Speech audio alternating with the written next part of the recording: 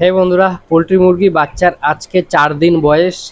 Day ওয়ানে video করতে পারিনি, কিছু সময় বা কিছু ব্যক্তিগত সমস্যা থাকার কারণে ভিডিওটা বানাতে পারিনি। তো আজকে 4 দিন ফার্মের জায়গাটা দেখতে পাচ্ছ, ব্রুডিং সেট থেকে ওপেন করে তোমার হচ্ছে জায়গাটা একটু বাড়িয়ে দিলাম।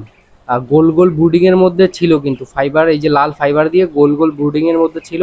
আজকে 4 দিন জায়গাটা বাড়িয়ে দিলাম। জায়গাটা বাড়িয়ে দেওয়ার পরে দেখতে পাচ্ছ যে খাবারের পাত্র 3 লাইনে সাজিয়েছি, জলের পাত্রও কিন্তু 3 লাইনে সাজানো।